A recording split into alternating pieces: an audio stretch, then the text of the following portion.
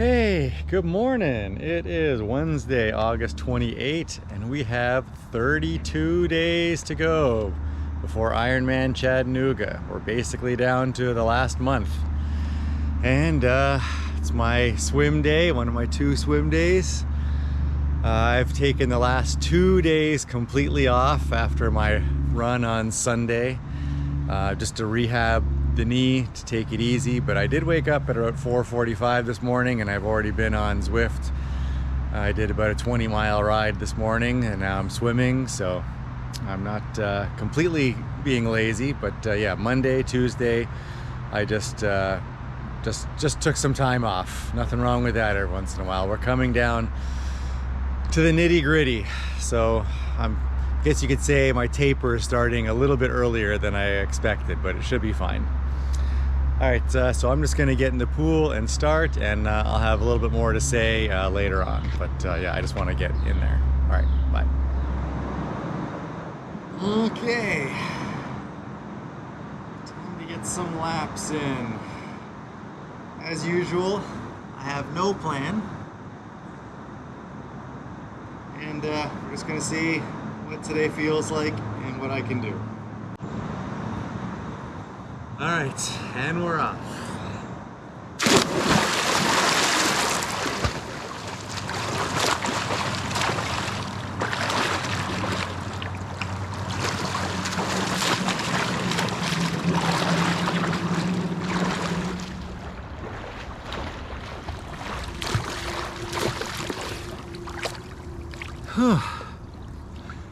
All right, that is first 1,000 yards done.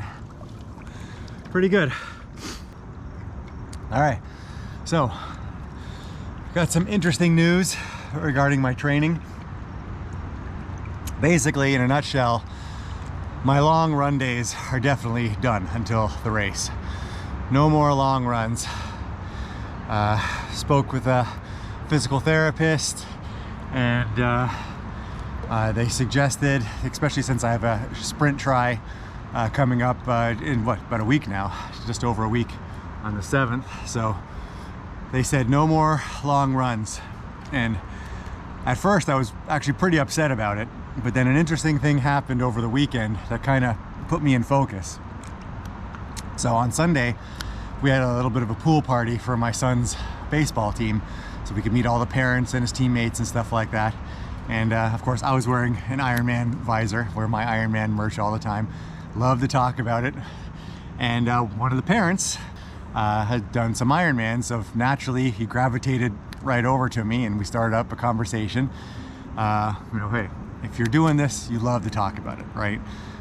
So we instantly started up the conversation, and he was asking me like what I was training for and stuff like that. So it turns out he's done 4 full Ironmans and several halves as well too, but he's done 4, including like Placid, Mount Tremblant, Chattanooga, which of course was excellent to hear, and Florida, I believe, Panama City Beach. Anyway, I was telling him about my knee issues with the IT band, and of course he's like, I've seen it all, I've done it all. And he was asking me like when it happened and stuff like that. So long story short, even though my physical therapist already said the same thing, after I told him, you know, that the race is in a month, he just looks at me and he goes, yeah, you need to stop running. And even though my physical therapist said the same thing, when he said it to me, the way he said it was just like a breath of fresh air. You know, it's like I didn't want to believe it at first, but he's like, how long have you been training?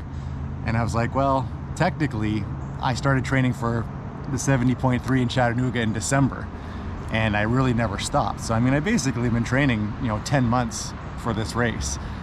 And he's like, and you've been doing long runs? And I'm like, yeah. He's like, what's your longest run? I said, I did a 27K just a few weeks ago. He's like, that's perfect. He's like, you're good. He's like, rehab your knee, at most do a couple like 5Ks every once in a while, just, you know, and he's like, no more long running. And yeah, I'm gonna take his advice. He's like, you're gonna be fine. He's like, I've had foot problems, I've had knee problems. He said, I once took 2 months off of running before I did Ironman Lake Placid. And he's like, and it was actually one of my best races. He's like, if you train enough, you'll be fine. And I believe him. I needed to hear that. So yeah, no more long runs. My running taper is basically done. And he said use the extra time to spend on swimming and the bike, which is what I'm gonna do. I'll just spend more time on the bike. It's the largest portion of the race anyway, right? So yeah, so I will not be doing any long runs. I'm gonna start off with just some 5 or 6Ks. And from there, I'm not gonna do any more than 10K, but if I start feeling any issues, I'm just gonna shut it down and save it for the race. So, bit disappointing that it came to that, but it's probably for the best. Anyway, all right, that's already a longer break than I wanted to take, but just wanted to say that. So I'm gonna get back to swimming, see how far I can go.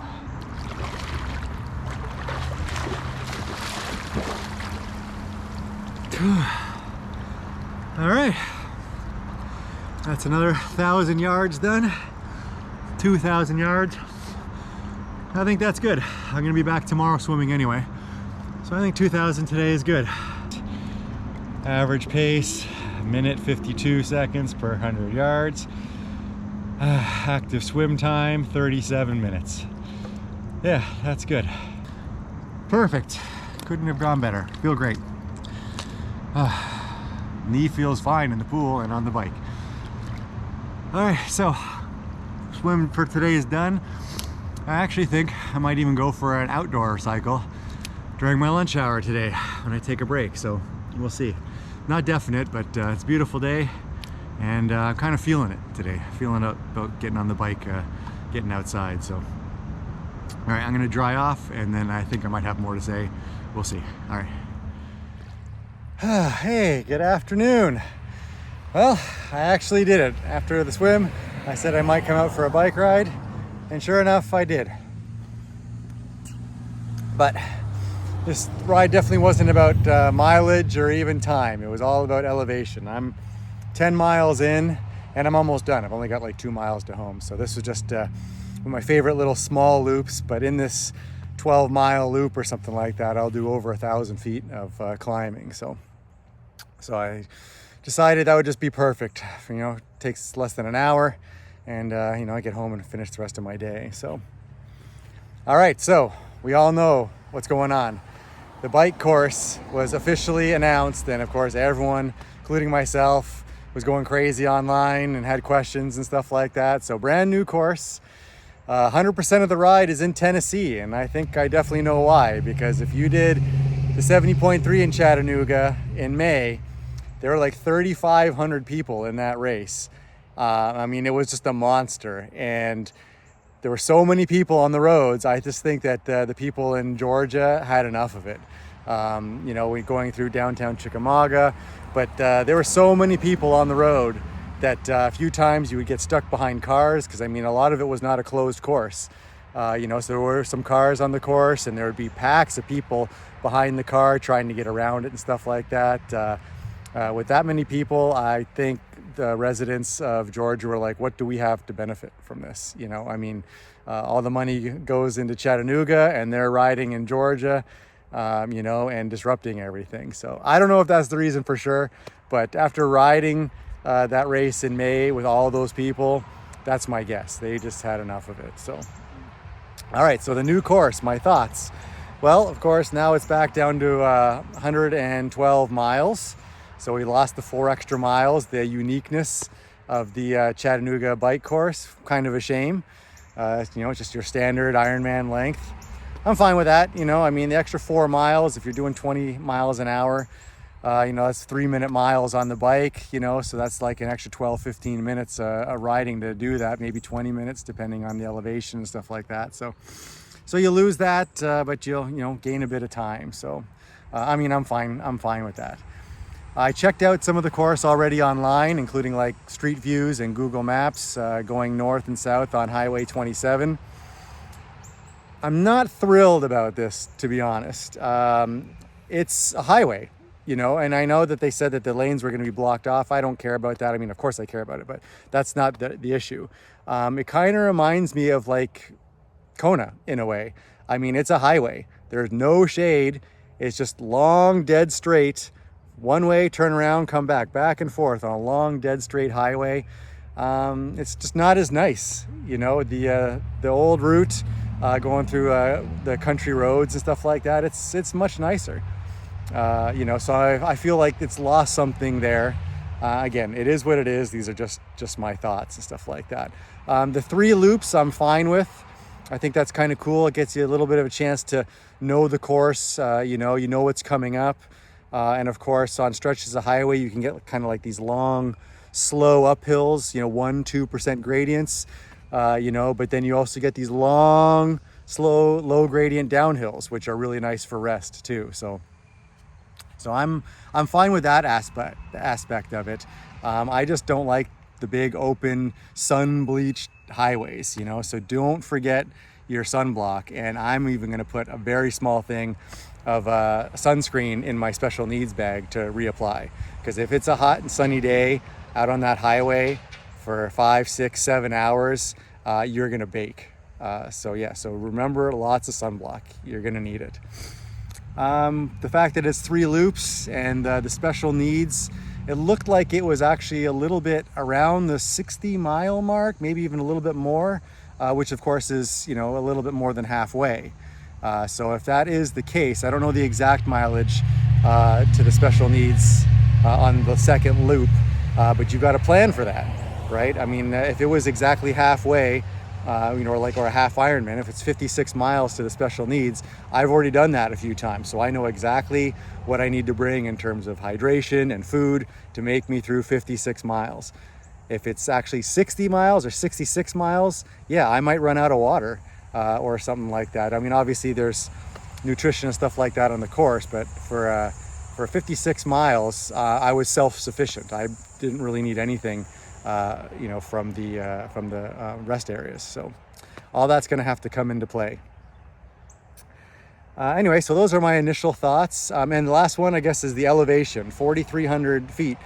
That's really not that much. So to all of you who are worried about climbs and stuff like that, 4,300 feet over 112 miles is not a lot. That's pretty low. Like I said, I'm going to do 1,000 feet today just in my 12-mile ride, so 4,300 feet spread out over 112 miles is not that big of an issue. I did read and hear that there are a couple, at least one big climb, but I mean, hey, every Ironman needs one big climb at least, right? You got to have at least one, right? 2, fine. 1 or 2 big climbs, you got to have it. You got to have one of those in an Ironman, right? So anyway, those are my initial thoughts. I'm sure everyone will be talking about it more later on, including myself.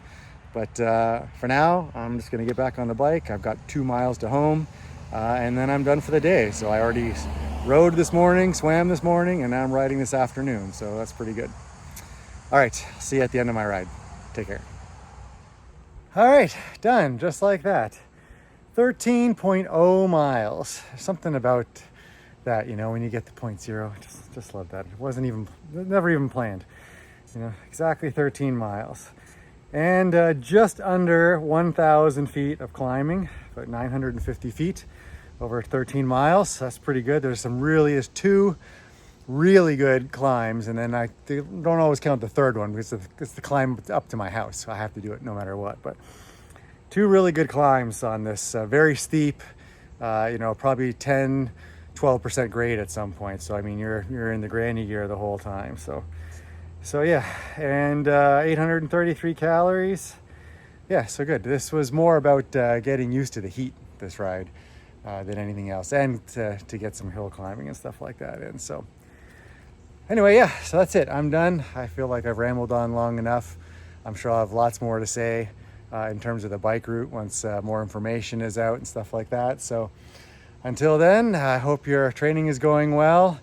And we're basically down to a month. All right, it's getting exciting. All right, good luck in your training, and I'll see you in the next one.